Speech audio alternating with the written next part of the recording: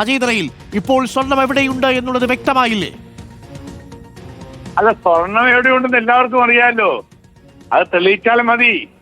കാരണം സ്വർണം പൊതിഞ്ഞ ഇത് പാളികൾ ചെമ്പാണെന്ന് തീരുമാനിച്ച് തന്നെ വലിയ കൊള്ള നടത്താൻ വേണ്ടിയാണ്.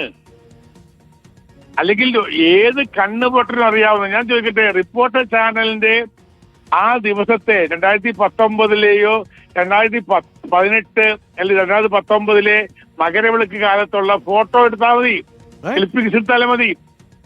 ആ സ്വർണ്ണപ്പാളി ചെമ്പാണെന്നാണ് ഇവൻ പറയുന്നത്. ആടിനെ പട്ടിയാക്കിയിരിക്കുന്നു. ലോകത്തെ മുഴുവൻ കബളിപ്പിച്ചുകൊണ്ട് ഒടുവിൽ അജയ് തറയിൽ അതേ ഉണ്ണികൃഷ്ണൻ പോറ്റി അറിഞ്ഞോ അറിയാതെയോ കൊടുത്തിരിക്കുന്ന ഇമെയിലിൽ തന്റെ കയ്യിൽ ആ സ്വർണ്ണമുണ്ടെന്ന് സമ്മതിച്ചിട്ടുണ്ട്. അതെ അതെ, ഞാൻ പറഞ്ഞു, ഈ സ്വർണം മുഴുവനും ഇവരൊരു മറ്റേ മെർക്കുറി ഉപയോഗിച്ചുകൊണ്ട് അല്ലെങ്കിൽ പൊട്ടാസ്യം ലൈൻ ഉപയോഗിച്ചുകൊണ്ട് മുഴുവൻ സ്വർണവും ഊറ്റിയെടുക്കാം. അപ്പൊ പ്ലെയിൻ ചെമ്പായി മാറും. ആ സ്വർണം മുഴുവൻ ലായനിയിൽ വരും.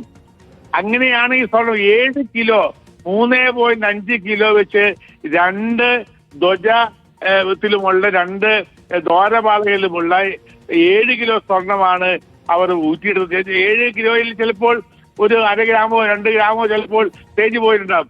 അത് മുഴുവനും വടിച്ചെടുത്തു. യെസ്, ഇതാണ് നോക്കൂ. അന്ന് തിരുവിതാംകൂർ ദേവസ്വം ബോർഡിന്റെ സെക്രട്ടറി ഈ കത്തിന് കൊടുത്ത മറുപടി അജയ് തറയിൽ ഇങ്ങനെയാണ്: ശബരിമല ശ്രീകോവിലിന്റെ വാതിലിനും ദ്വാരപാലകർക്കും സ്വർണം പൂശിയത് കഴിച്ച് സ്പോൺസറായ ശ്രീ ഉണ്ണികൃഷ്ണൻ പോറ്റിയുടെ വശം നീക്കിയിരിപ്പുള്ള സ്വർണം തിരുവിതാംകൂർ ദേവസ്വം ബോർഡുമായി സഹകരിച്ച് വിനിയോഗിക്കുന്നതിന് അപേക്ഷ ലഭിച്ചിട്ടുണ്ട് എന്നുള്ളതാണ്. അപ്പൊ തിരുവിതാംകൂർ ദേവസ്വം ബോർഡിന് ഇത് അറിയാമായിരുന്നു. തീർച്ചയായിട്ടും. കാരണം ഒന്നാമത്തെ കാര്യം, ഇവർ ഇലക്ട്രോപ്ലേറ്റാ ചെയ്തിരിക്കുന്നത്.